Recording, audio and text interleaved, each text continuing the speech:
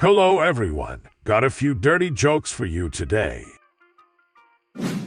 So two rednecks were looking at a Sears catalog and admiring the models. One says to the other, "Have you seen the beautiful girls in this catalog?" The second one replies, "Yes, they are very beautiful. And look at the price." The first one says, with wide eyes, "Wow, they aren't very expensive. At this price, I'm buying one." The second one smiles and pats him on the back. "Good idea. Order one, and if she's as beautiful as she is in the catalog, I will get one too." 3 weeks later, the youngest redneck asks his friend, "Did you ever receive the girl you ordered from the Sears catalog?" The second redneck replies, "No, but it shouldn't be long now. I got her clothes yesterday." So the sheriff pulled up next to the guy unloading garbage out of his pickup into the ditch.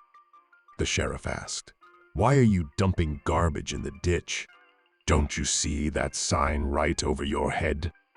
"Yep," he replied. "That's why I'm dumping it here. It says fine for dumping garbage."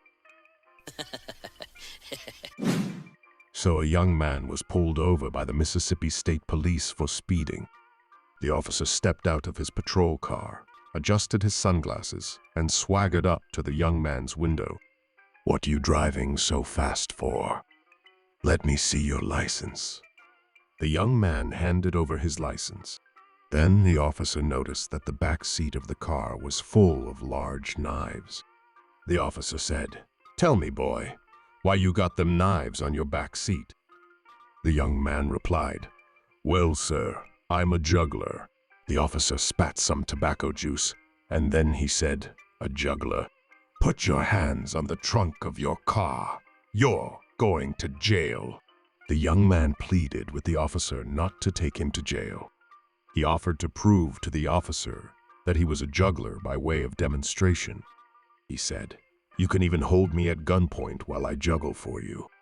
The officer reluctantly allowed him to prove his point while he held him at gunpoint. 2 miles down the road at Joe's Tavern, Billy Bub was drinking it up with Jerry Lee Jones. Billy Bub soon left and got into his old, rusty pickup truck. He proceeded down the road, trying his best to stay on the right side. All of a sudden, Billy Bub spotted the most unbelievable sight of his life. He drove to the nearest phone booth and dialed the number for Joe's Tavern and asked for his buddy, Jerry Lee. When Jerry Lee got on the phone, Billy Bub said, "Whatever you do when you leave that tavern, don't go north on Route 109. The state police are giving a sobriety test that nobody can pass." So Gabriel came to the Lord and said, "I have to talk to you. I have some southern folks up here in heaven who are causing some problems. They are swinging on the pearly gates. My horn is missing. Barbecue sauce is all over their robes. Some folks are walking around with one wing. They have been late taking their turn in keeping the stairway to heaven clean. There are watermelon seeds all over the clouds. Some of them aren't even wearing their halos, saying it is messing up their hair. The Lord said, I made them special, as I did you, my angel. Heaven is home to all my children. If you really want to know about problems, let's call Lucifer." The devil answered the phone. "Hello?" "Oh, hold on." The devil returned to the phone and said, "Hello, Lord. What can I do for you?" The Lord replied, "Tell me what kind of problems you are having down there." The devil said, "Wait 1 minute," and puts the Lord on hold. After 5 minutes, he returned to the phone and said, "Okay, I'm back again." "Now, what was the question?" The Lord said. I said, "What kind of problems are you having down there?" The devil said, "Man, I don't believe this. Hold on, Lord." This time the devil was gone for 15 minutes. The devil returned and said, "I'm sorry, Lord. I can't talk right now. These Southerners done put the fire out, and are trying to install air conditioning. So a group of redneck friends went deer hunting and paired off in twos for the day. That night, one of the hunters returned alone, staggering under the weight of an 8-point buck. "Where's Henry?" the others asked. Henry had a stroke of some kind. "He's a couple of miles back up the trail," the successful hunter replied. "You left Henry laying out there and carried the deer back?" they inquired. "A tough call," nodded the hunter.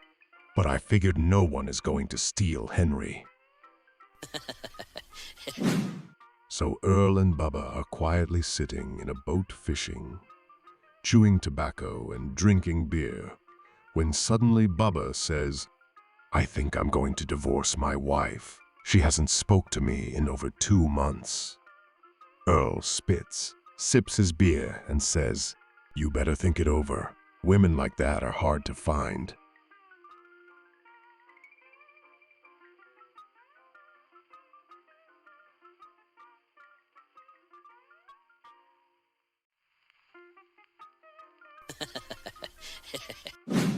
So one day, Bubba and Billy Bob were at Walmart and decided to enter the weekly charity raffle. They each bought 5 tickets for $1 apiece. The next week, when the raffle was drawn, both won prizes. Billy Bob took first place, a year's supply of gourmet spaghetti sauce and extra long spaghetti, while Bubba got 6th place, a toilet brush. A week later, they met up again at Walmart. Bubba asked, "Billy Bob, how's that spaghetti prize treating you?" "Love it." Billy Bob grinned. "Can't get enough of that fancy spaghetti." "How about you?" Billy Bob asked. "That toilet brush working out?" Bubba shook his head. "Not so good. I'm switching back to paper." So a redneck doctor wanted to attend the drag races in the next county. He said to his good friend, the town skeet shooting champion, "Listen, Bubba, I want to go to the drags tomorrow, but I can't afford to close the clinic. Reckon you'd be all right looking after the folks who come in?" "Sure enough," Bubba replied. "I'd be mighty glad to help you out. Go enjoy yourself." The next night, the doctor returned, woke Bubba, and asked, "Well, Bubba, how did it go?" "Man, you didn't tell me how busy this practice is," Bubba said. "The first guy came in complaining of a headache. I knew why. He spent all day at the saloon. I gave him some Panadol, and he left real happy. Next, one said his stomach was burning up like hell, so I gave him Mylanta. Always works for me. Then this red-headed gal came in. She didn't say nothing, just walked into the surgery, stripped off her clothes, lay down on the couch, looked at me, and yelled, 'Help me!' For 5 years, I ain't seen no man, not one at all." The doctor raised an eyebrow. "Bubba, that's a strange thing to happen. You better tell me what you did." Bubba looked disappointed. After a moment, the doctor said, "All right, tell me then." "What happened?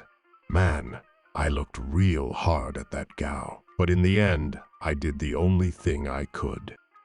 I put eye drops in her eyes. What else was I gonna do?" So, Bubba and Betty Sue had lived together in the backwoods for over 50 years. To celebrate their 50th anniversary, he took her to a large city, and they checked into a plush hotel. She said to the bellman, "We refuse to settle for such a small room.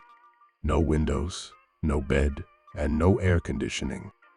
"But, madam," replied the bellman. "Don't but madam me," she continued. "You can't treat us like we're a couple of fools just because we don't travel much, and we've never been to the big city and never spent the night at a hotel. I'm going to complain to the manager." "Madam," the bellman said, "this isn't your room. This is the elevator. So Bubba walked into a doctor's office and the receptionist asked him what he had. Bubba said, shingles. So she wrote down his name, address, medical insurance number, and told him to have a seat. 15 minutes later, a nurse's aide came out and asked Bubba what he had. Bubba said, shingles. So she wrote down his height, weight, a complete medical history, and told Bubba to wait in the examining room. A half hour later, a nurse came in and asked Bubba what he had. Bubba said, shingles. So the nurse gave Bubba a blood test, a blood pressure test, an electrocardiogram, and told Bubba to take off all his clothes and wait for the doctor. An hour later, the doctor came in and asked Bubba what he had. Bubba said, shingles. The doctor asked, where? Bubba said, outside on the truck. Where do you want me to unload them? So Bubba saved up for a hang glider and couldn't wait to try it.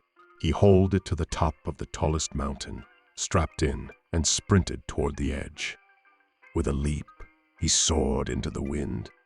Down below, Ma and Pa Hicks were lounging on their porch swing, reminiscing about the good old days. Suddenly, Ma spotted a massive bird in the sky. Pa, look at the size of that thing, she hollered. Pa sat up. Ma, fetch my gun. She darted inside, grabbed his pump shotgun, and handed it over. Paul took careful aim. Bang, bang. The bird kept gliding silently over the treetops.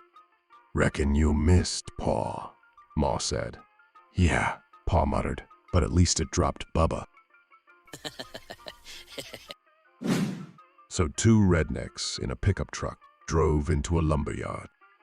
One of the men walked in the office and said, we need some 4x2s. The clerk asked, you mean 2x4s, don't you? The man said, I'll go check, and went back to the truck.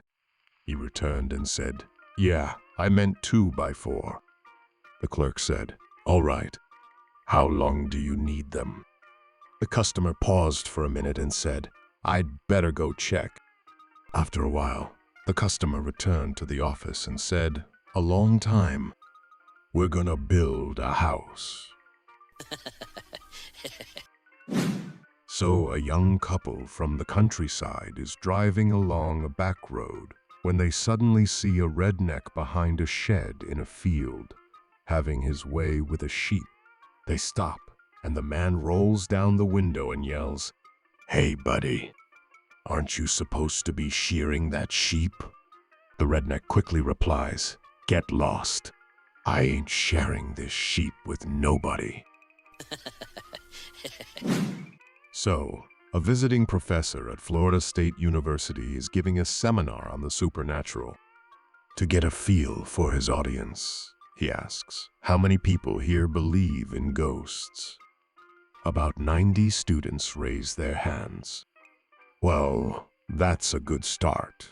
Out of those of you who believe in ghosts, do any of you think you've ever seen a ghost? About 40 students raise their hands. That's really good. I'm really glad you take this seriously. Has anyone here ever talked to a ghost? 15 students raise their hands. That's a great response. Has anyone here ever touched a ghost? 3 students raise their hands. That's fantastic. But let me ask you one question further. Have any of you ever made love to a ghost? One student in the back raises his hand. The professor is astonished. He takes off his glasses, takes a step back, and says, son, all the years I've been giving this lecture, no one has ever claimed to have made love with a ghost. You've got to come up here and tell us about your experience. The redneck student replies with a nod and a grin and begins to make his way up to the podium. The professor says, well, tell us what it's like to make love with a ghost. The student replies, ghost? Damn. From back there, I thought you said goats. So an Irishman, an Italian, and a redneck walk into a bar. The elderly Irishman slowly limped up to the bar and ordered an Irish whiskey. He sat down at the bar and saw Jesus sitting alone down at the end. He asked the bartender, "Is that Christ down there?" The bartender said yes. So the Irishman said, "Well, get him your finest Irish whiskey on me." Next, a hunchbacked Italian man came in and ambled his way to the bar where he ordered a Chianti. He saw Jesus and asked the bartender, "Is that the Lord down there?" The bartender said yes. So the Italian man said, "Then send him a Chianti on me." A redneck sauntered in and sat down. He ordered a bush and saw Jesus. Holy shit! Is that Jesus? The bartender said yes. So the redneck said, "We'll get him a nice cold beer on me." Jesus finished his drinks and walked over to the Irishman. He touched the Irishman's legs and said, "For your kindness, you are healed." The Irishman hopped up and danced a jig out the door.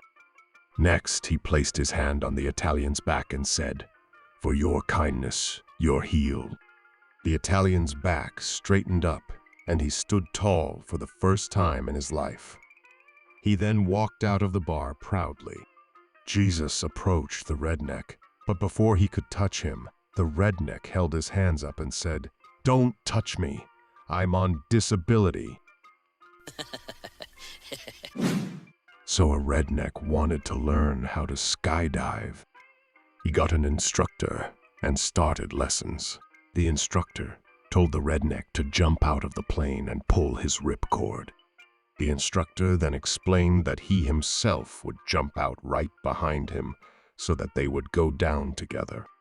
The redneck understood and was ready.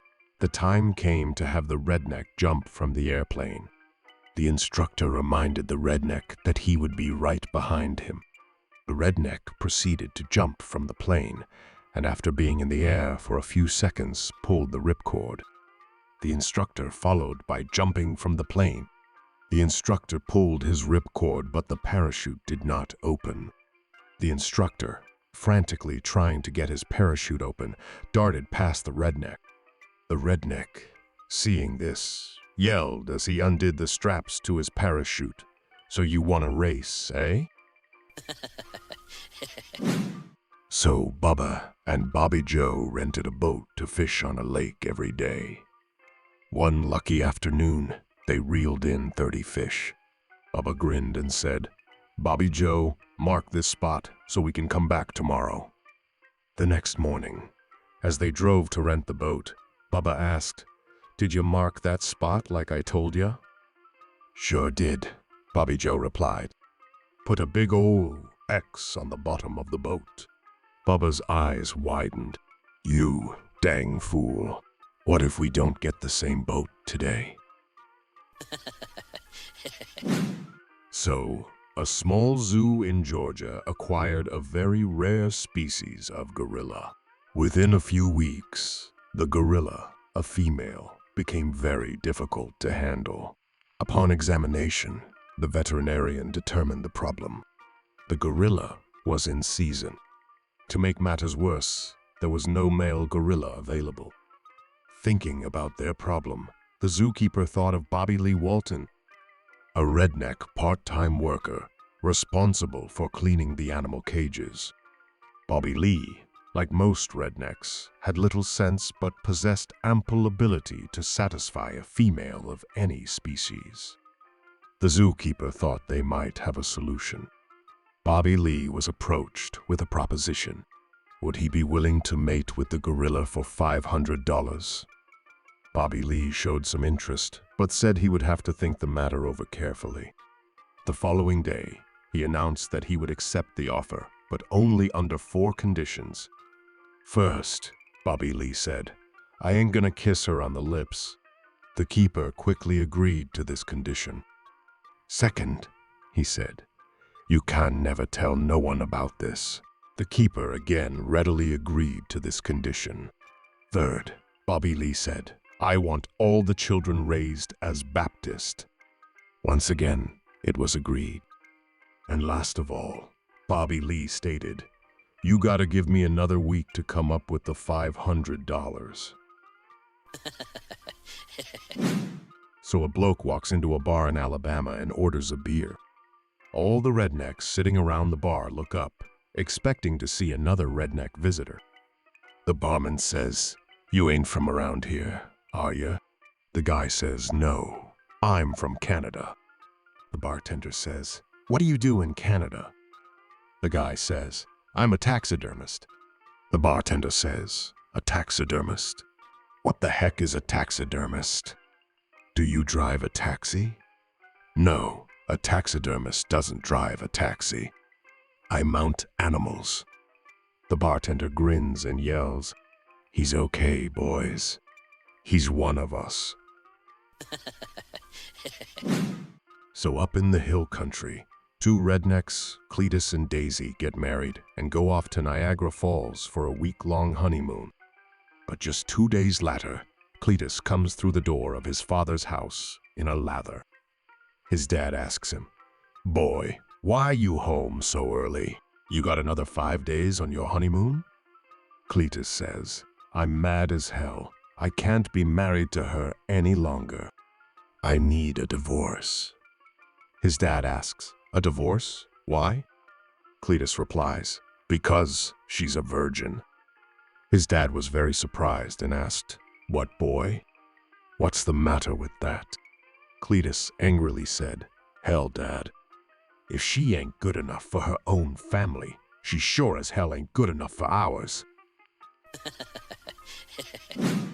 So Bubba and Clem found 3 hand grenades and decided they better take them to the police station.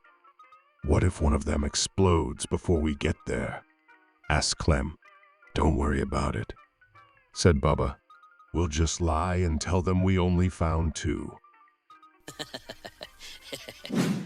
So there were 2 good old boys from Alabama who loved to fish, and they wanted to do some ice fishing. They'd heard about it up in Canada, so they took off up there. The lake was frozen nicely. They stopped just before they got to the lake at a little bait shop and got all their tackle. One of them said, "We're gonna need an ice pick." So they got that, and they took off. In about 2 hours, one of them was back at the shop and said, "We're gonna need another dozen ice picks." Well, the fellow in the shop wanted to ask some questions, but he didn't. He sold him the picks, and the old boy left. In about an hour, he was back and said, "We're gonna need all the ice picks you've got." The bait man couldn't stand it any longer. "By the way," he asked, "how are you fellows doing?" "Not very well at all," he said. "We ain't even got the boat in the water yet."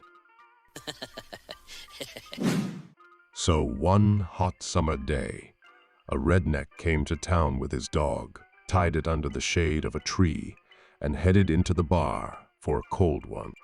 20 minutes later, a policeman entered the bar and asked, "Who owns the dog tied under that tree outside?" The redneck said it was his. "Your dog seems to be in heat," the officer said. The redneck replied, "No way. She's cool, 'cause she's tied up under that shade tree." The policeman said, "No, you don't understand. Your dog needs to be bred." "No way," said the redneck. "That dog don't need bread. She ain't hungry because I fed her this morning."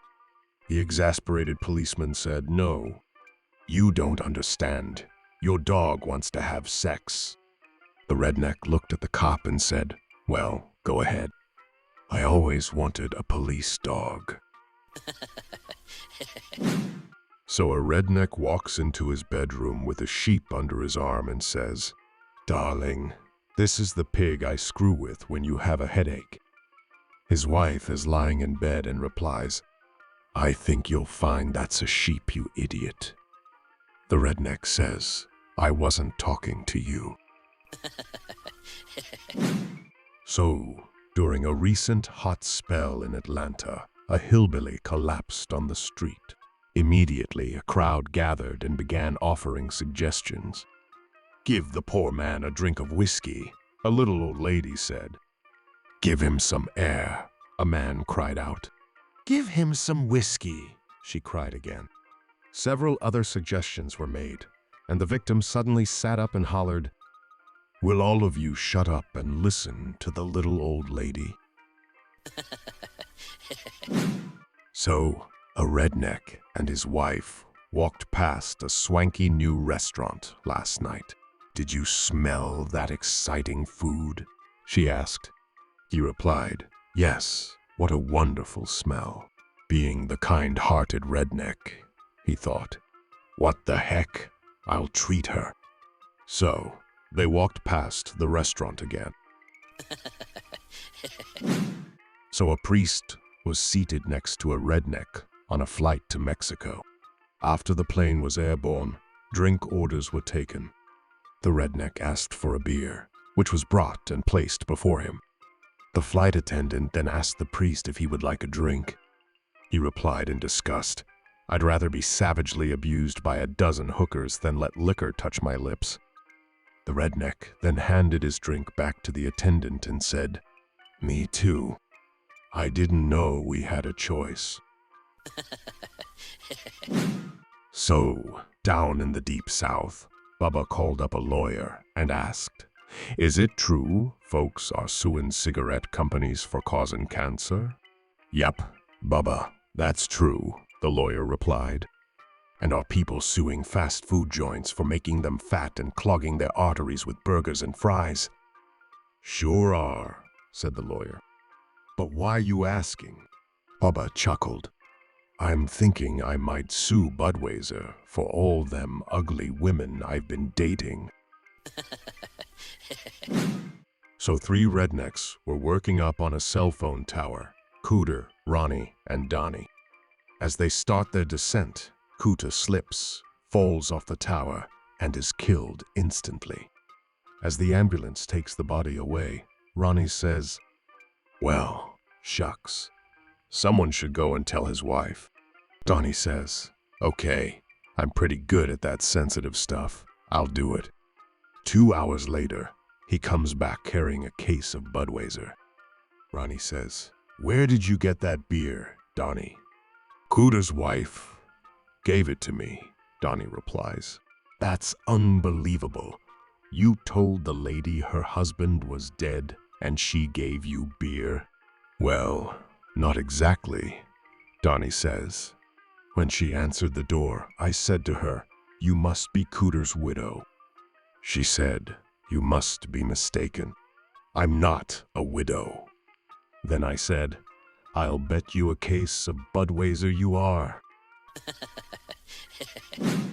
So one sunny day, the Arkansas County Sheriff spots Billy Bob strolling through town wearing nothing but his boots.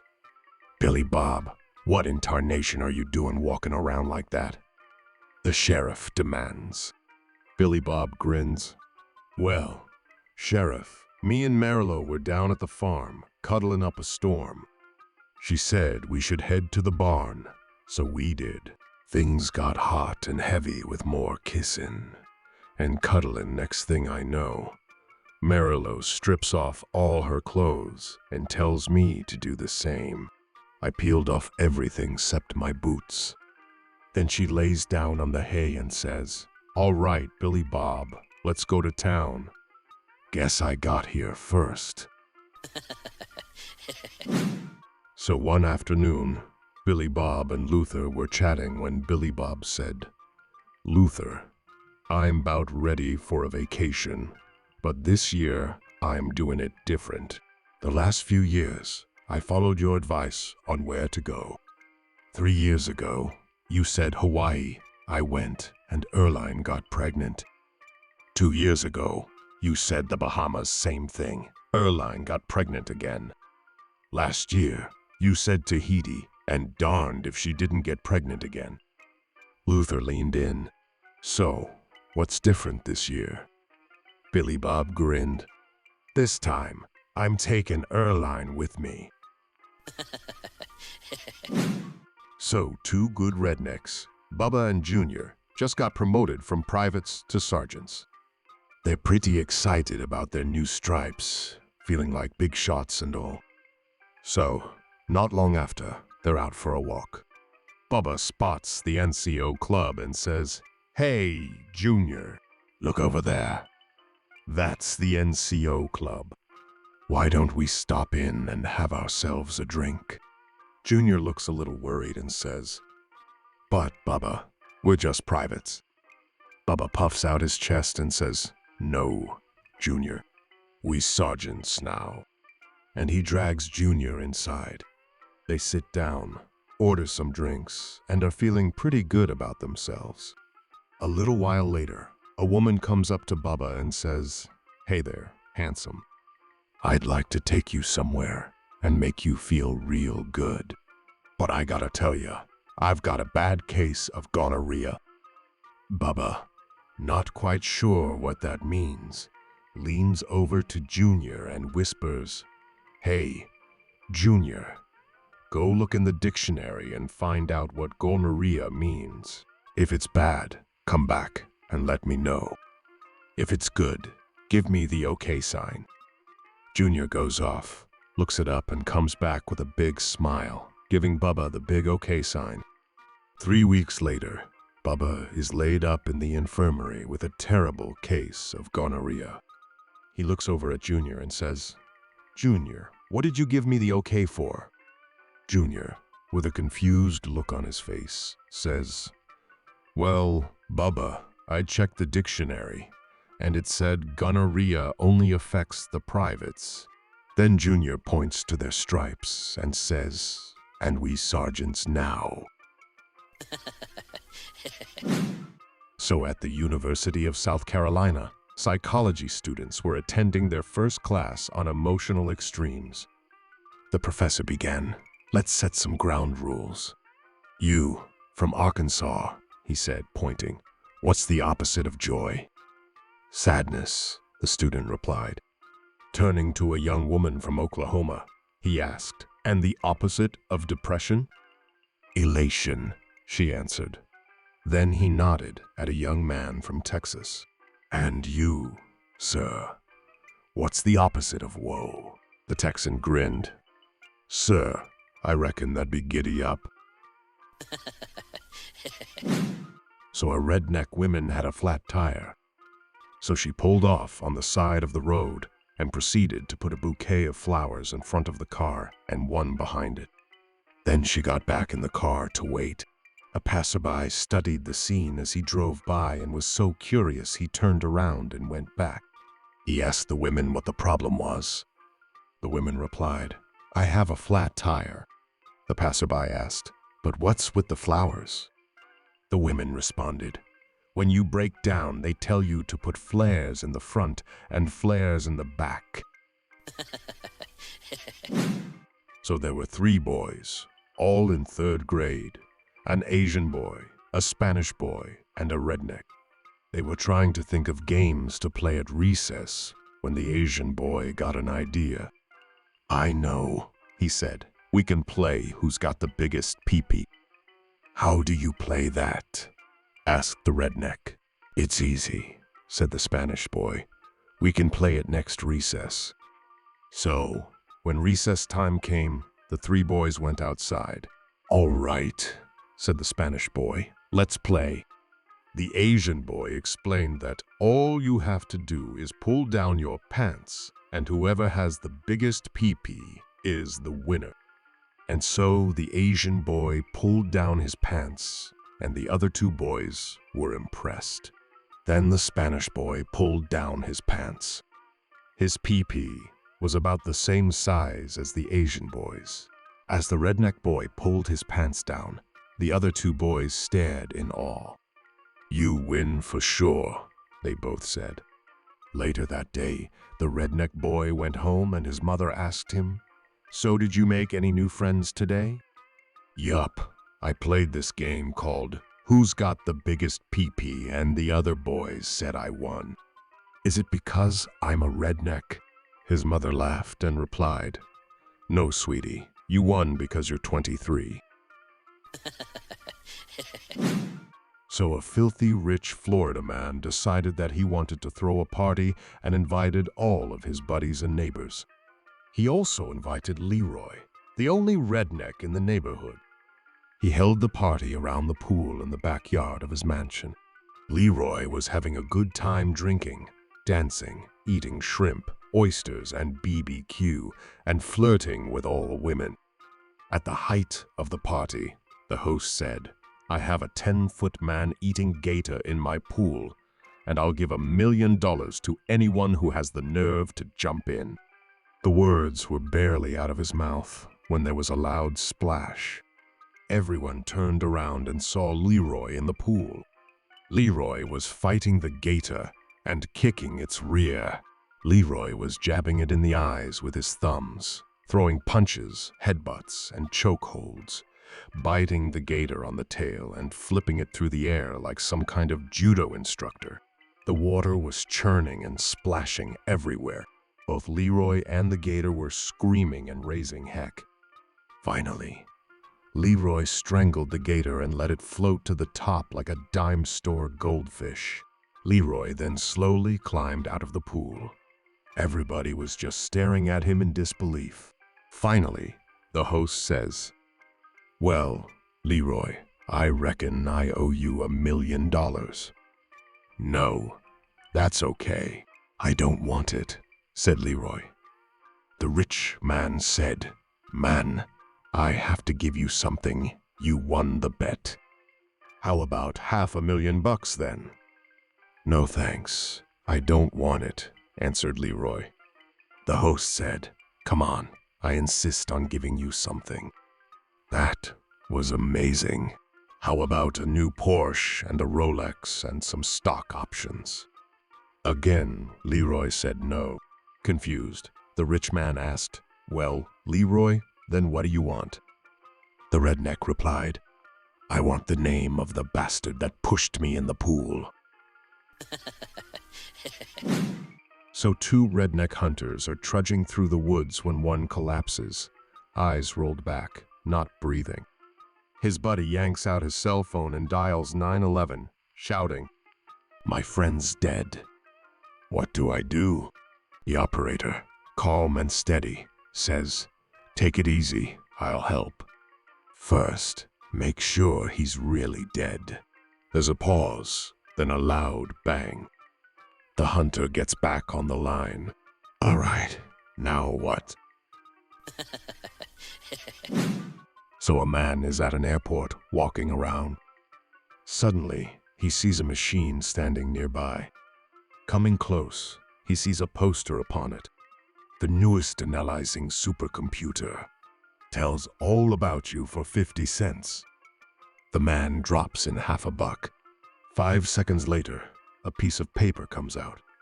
He takes it and reads, "Peter Davison, Oklahoma redneck, 35. Flies to New York at 18 o'clock. The man is impressed. But then he thinks, "Hey, I am a human. Surely I can outwit a machine." He goes, dresses up as an old man and comes back. Puts 50 cents in again. "Peter Davison, Oklahoma redneck, 35. Flies to New York at 18 o'clock. Damn, the man thinks. Let's try again. Paints himself up in blackface. Puts in 50 cents. "Peter Davison, Oklahoma redneck, 35. Flies to New York at 18 o'clock. Angry, he leaves, dresses up as a woman, puts on makeup, a wig, and returns to the machine. Pulls out another $50 coin and drops it into the machine. A piece of paper once again comes out. "Peter Davison, Oklahoma redneck, 35. If not for his pissing contest, would have flown to New York at 18 o'clock. So on his honeymoon, a very thick redneck farmer, Billy, insisted on having a room at the luxury hotel with a balcony overlooking the sea. On retiring for the night after the wedding, his new bride emerged from the bathroom dressed in some very hot nightgown. "Hey, Billy Joe, come in off the balcony and see what I have waiting for you to savor for the first time," she said coyly. "No thanks, I want to sit out here," he said. So Daisy sat down, brushing her golden hair for 10 minutes, after which she invited Billy once more to come in off the balcony to take pleasure of her virginal body. Once more he refused. Eventually Daisy grew tired of waiting, and she retired to the wedding bed and fell asleep. In the morning, she awoke to find him still sitting on the balcony. "Why did you spend the whole night out there when you could have been making love all night?" she asked. "Well, my pa said the first night of my marriage would be the most beautiful night of my whole life, and I didn't want to miss a moment of it." So Bubba applied for an engineering position at IBM in Raleigh. A Yankee applied for the same job. Both applicants had the same qualifications, and at the completion of a skills test, both men had only missed one of the questions. The manager went to Bubba and said, "Thank you for your interest, but we've decided to give the Yankee the job." Bubba asked, "And why are you giving him the job?" "We both got 9 questions correct. This being North Carolina, and me being a Southern boy, I should get the job." The manager said, "We have made our decision not on the correct answers, but rather on the one question that you both missed." Bubba then asked, "And just how would one incorrect answer be better than the other?" The manager replied, "Bubba, it's like this. On question 4, the Yankee put down, 'I don't know.' You put down, 'Neither do I.'" So a redneck finds a lamp. He rubs it, and a genie emerges. The genie tells him he will be granted 3 wishes. The guy thinks for a moment and says, "First, give me a bottomless mug of beer." A mug of beer appears in his hand. He sips it once, then again, and the mug is magically refilled. The guy is thrilled and continues to drink. The mug never empties. Then the genie says, "And what about your other 2 wishes?" The guy thinks for a moment and says, "Give me 2 more, just like this one." So 2 rednecks are sitting around, enjoying a cold beer one afternoon. After a while, the first redneck says to the second, "If I were to sneak over to your place while you were out hunting and make love to your wife, and she ended up having a baby, would that make us related?" The second redneck thinks for a moment, scratches his head, and says, "Well, I'm not sure about being related, but it sure would make us even." So 3 bodies turn up at the morgue, each with a big smile on their face. Curious, the coroner calls the police to report the unusual scene. The inspector arrives, and the coroner begins explaining. First body, a Frenchman, 60 years old. Heart attack while making love to his mistress. Hence the big smile. Second body, a Scotsman, 25. Won $1,000 in the lottery. Spent it all on whiskey. Died of alcohol poisoning with a grin. The inspector nods, then points to the third body. "And what about him?" "Ah," says the coroner. "That's Billy Bob, a redneck from Oklahoma. Struck by lightning." "So, why is he smiling?" The coroner shrugs. "Thought someone was taking his picture." So a black man, an accountant from New York, was hunting ducks down in Alabama, just outside a small town. After finishing his hunt, he was tossing the ducks into the back of his truck when the sheriff pulled up behind him. The sheriff was a hardline, racist redneck who hadn't quite accepted racial integration, so he decided to give the man a hard time. The officer approached and said, "I see you've been hunting today." The man replied politely, "Yes, sir. And as you can see, I've only shot the maximum number allowed for the day. The officer replied, well, yes, I can see that. But there's just one problem. What would that be, sir? The man asked. The officer picked up the first duck, stuck his fingers in its rear and said, you see here, this duck is from Tennessee. Do you have a Tennessee hunting license? Why, yes, sir, I do, the man said, pulling it out of his wallet to show the officer. The officer, not deterred, then picked up another duck, stuck his fingers in it, and sniffed. I'm afraid this duck is from Mississippi. Do you happen to have a Mississippi hunting license? To the officer's surprise, the man produced a Mississippi hunting license as well.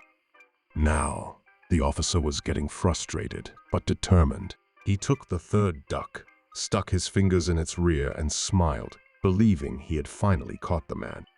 Now, this duck is from Canada, and I'm betting you don't have a Canadian hunting license. To the officer's astonishment, the black man replied, actually, officer, I have one right here. He pulled it out and showed it to him. At this point, the officer was both shocked and perplexed. He looked at the man and said, well, I guess you're free to go. But with all those hunting licenses, I'm curious, where are you from? The man turned around, pulled down his pants, and said, why don't you find out for yourself? So 3 rednecks, Bubba, Earl, and Jeb were stumbling home late one night when they wandered past the old graveyard. Hey, y'all, come check this out, Bubba says, pointing at a headstone. This here's Zeb Jones. God bless his soul, he lived to be 87. That's nothing, Earl, chimes in. Look over here. Butch Smith made it to 95. Suddenly, Jeb yells out, whoa! I found someone who lived to be 145 years old. Bubba and Earl rush over. What's his name? Bubba asks. Jeb lights a match to read the marker and says, Miles, from Georgia.